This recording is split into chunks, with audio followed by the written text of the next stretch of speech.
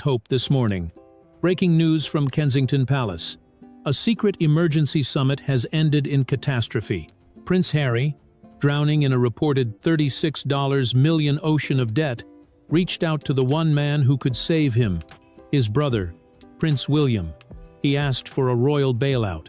William gave him an eviction notice. Feud has moved from the tabloids to the balance sheet. The walls are closing in on Montecito.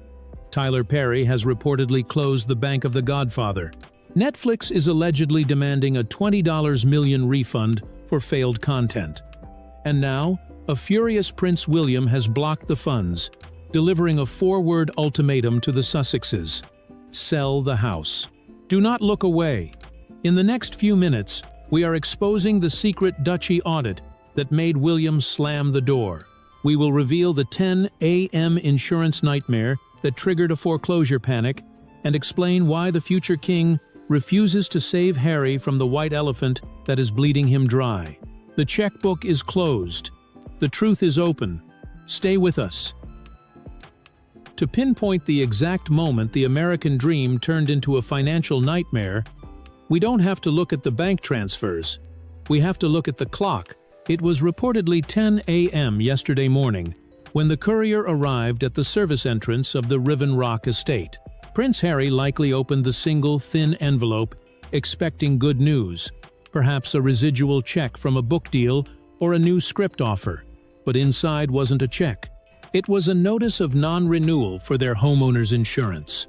Now, for the average homeowner, this is a headache.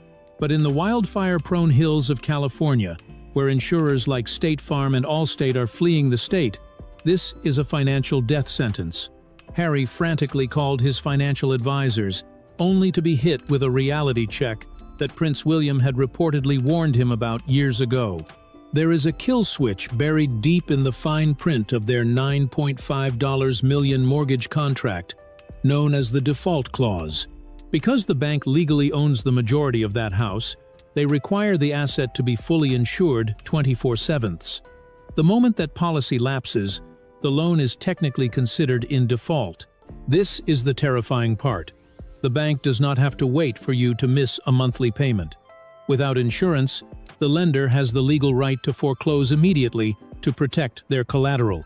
Harry was suddenly fighting a war on 3 fronts: a lender demanding coverage, a godfather demanding repayment, and a property market that had turned its back on him.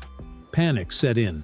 In today's market, securing a new force-placed policy for a $14 million estate with high fire risk requires massive upfront liquidity, hundreds of thousands of dollars, that Harry simply does not have right now. Desperate, Harry made the call to London. He needed a bridge loan. He needed the Bank of Pa or the Bank of Wills to cover the premium. But the voice on the other end of the line wasn't checking for a checkbook. According to Palace insiders, Prince William didn't offer sympathy. He offered a brutal assessment. William reportedly questioned why Harry had purchased a property that required industrial-level maintenance in a climate zone he didn't understand. William saw what Harry couldn't. The Riven Rock estate wasn't a palace.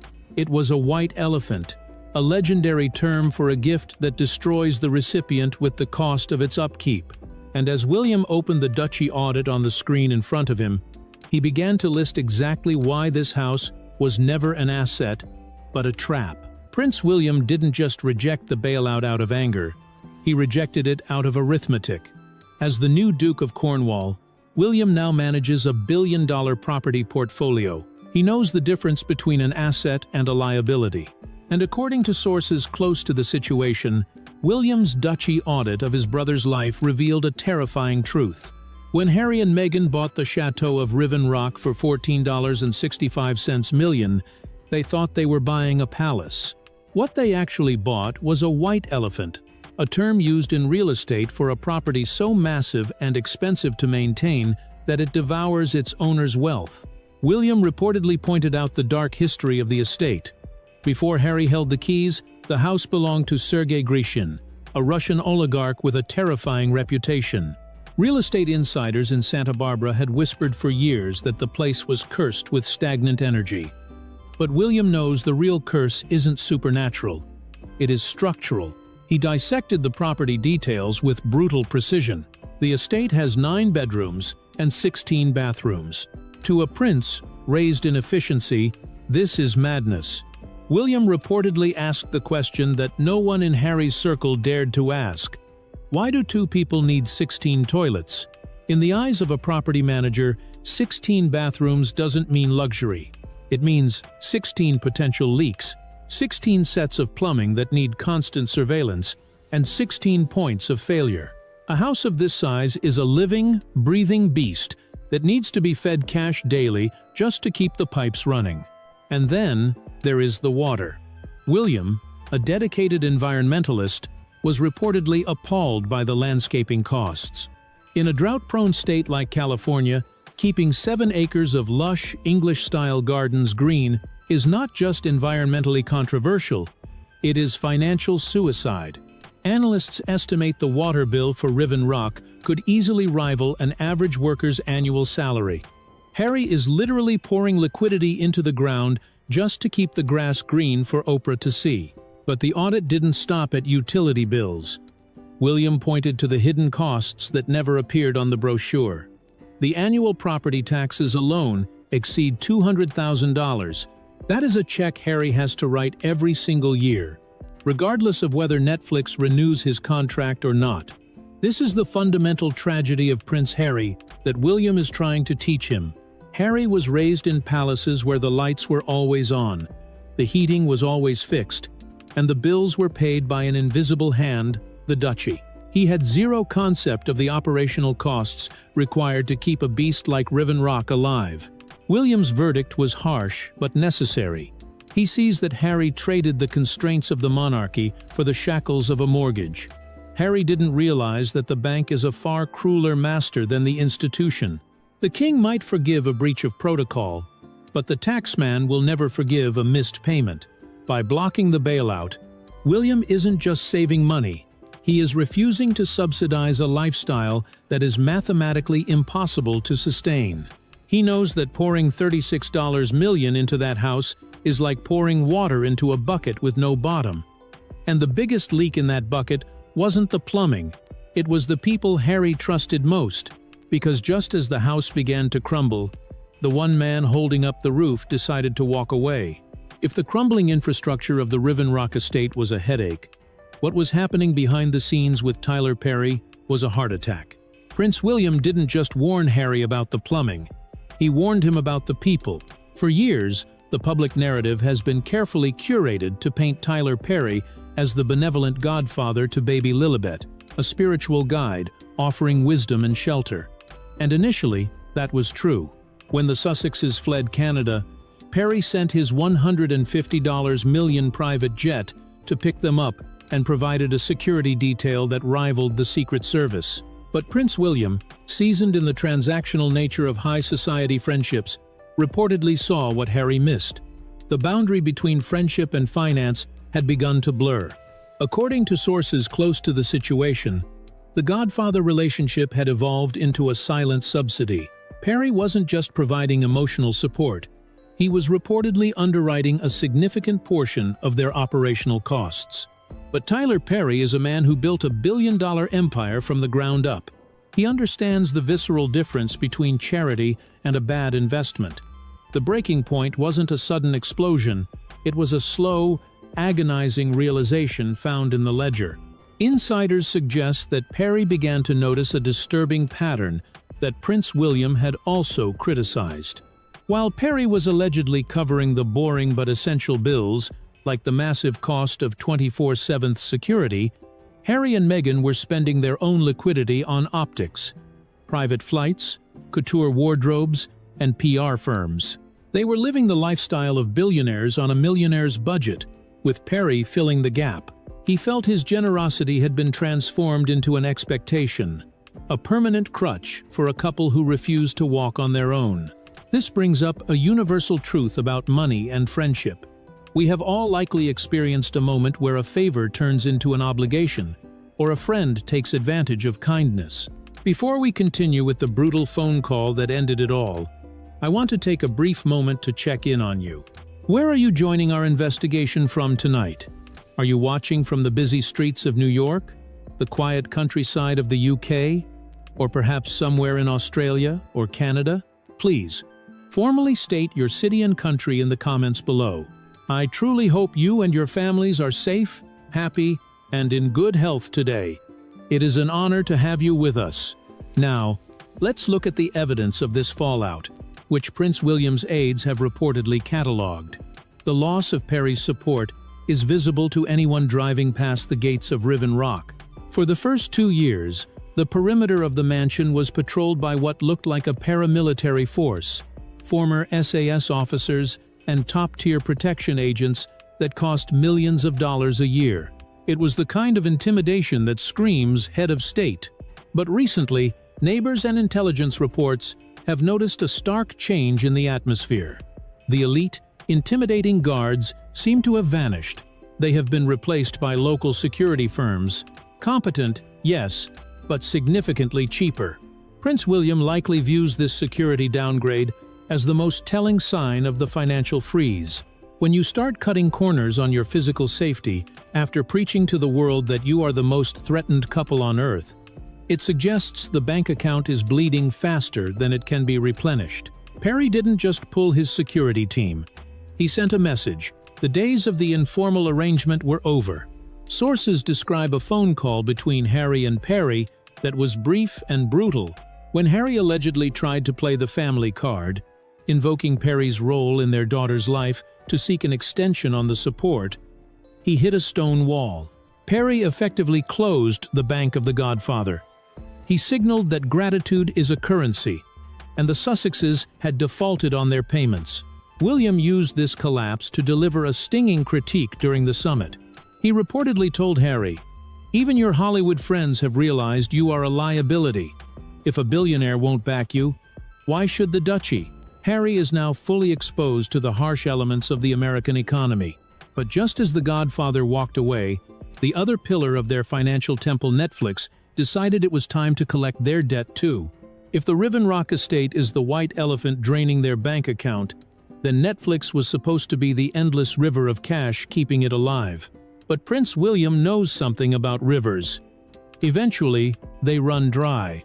And during the emergency summit, the second pillar of Harry's bailout proposal crumbled under scrutiny. To understand the sheer panic currently gripping the Sussex household and the fury of the Prince of Wales, you have to understand the nature of the $20 million demand referenced in our headline. Prince Harry and Meghan reportedly operated under a fatal misunderstanding of how Hollywood actually works. They believed the $100 million headline was a signing bonus, a reward simply for being who they are. But in the brutal boardrooms of Los Gatos, there are no gifts. There are only recoupable advances.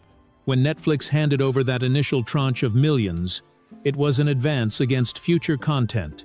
It was money paid with the expectation of hit series, documentaries, and scripted shows. But as William reviewed the output ledger, the results were catastrophic. Aside from the initial docu-series, which was essentially a retelling of their royal exit, the pipeline has been empty.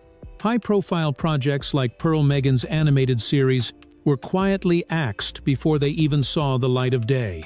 This lack of productivity didn't just annoy executives. It triggered a specific line in the contract known as the clawback clause. Sources indicate that Netflix is arguing a breach of deliverables. Essentially, they are saying, "We paid you to produce. You didn't. We want our advance back." That figure is estimated at $20 million.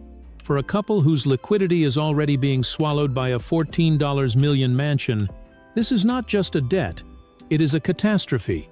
Harry was likely banking on the next Netflix installment to pay the mortgage and the $200,000 annual property tax bill. Now, instead of a check, he is facing a potential lawsuit. But it wasn't the debt that made William furious. It was the insult. The turning point, the moment the Whisper Network turned into a public shout, came from Bill Simmons, a top executive at Spotify. When the couple's multi-million-dollar deal with that streaming giant collapsed, Simmons didn't issue a polite press release. He took to his own podcast and delivered the insult that has now become their defining label. He famously raged, "The F-King grifters. That's the podcast. We should have launched with them. Asterisk, asterisk." This was not just a harsh insult. It was a professional verdict. And for Prince William, the future king, hearing the brother of the monarch labeled a grifter, a con artist, was a humiliation that the crown could not tolerate.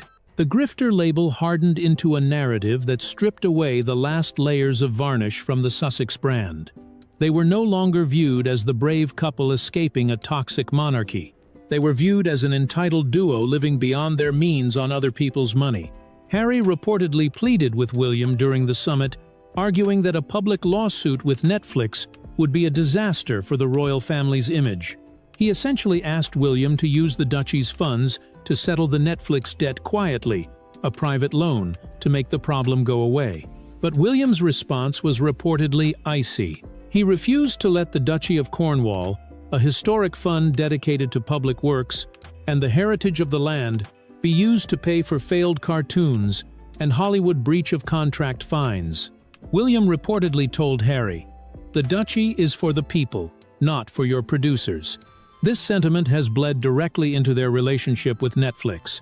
Ted Sarandos, the CEO of Netflix, is running a business that answers to shareholders, not royalty. He cannot justify writing off tens of millions of dollars for phantom producers who show up for photo ops but fail to deliver scripts.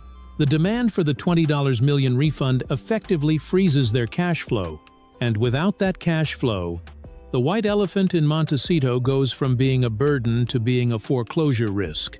Harry is now fighting a war on two fronts: a lender demanding coverage for the house, and a media giant demanding repayment for the work. He thought his biggest enemy was the British tabloids. He was wrong. His enemy is the actuarial table. William has made his position clear. The Bank of Pa is closed. The Bank of Wills is closed. And now, with no money coming in and creditors banging on the door, William delivered the final, crushing piece of advice that serves as the climax of our investigation. He didn't offer a check. He offered a solution, one that would end the American dream immediately. The emergency summit did not end with a bank transfer. It ended with a directive. Prince William, having reviewed the Duchy Audit and the terrifying reality of the default clause, reportedly delivered the 4 words that Harry has been dreading since he left London: sell the house. William made it clear. There will be no $36 million bailout. There will be no secret loan from the Duchy. The solution isn't to pour more water into the bucket. The solution is to get rid of the bucket. William is effectively forcing Harry to accept the one thing he has been running from: downsizing. But here is the catch that makes this situation a true thriller. They cannot just put a for sale sign on the lawn. William knows, and Harry knows, that if a standard for sale sign appeared at the gates of Riven Rock, the global press would smell blood. It would be a public admission of defeat, confirming to the world that the financial independence narrative has officially collapsed.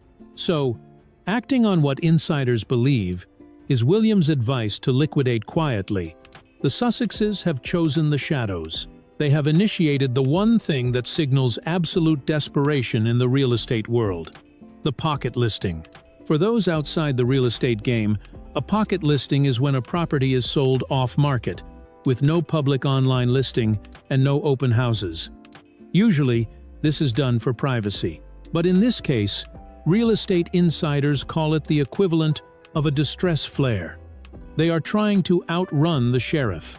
They need to liquidate the asset before the lawsuit hits and before the bank can foreclose.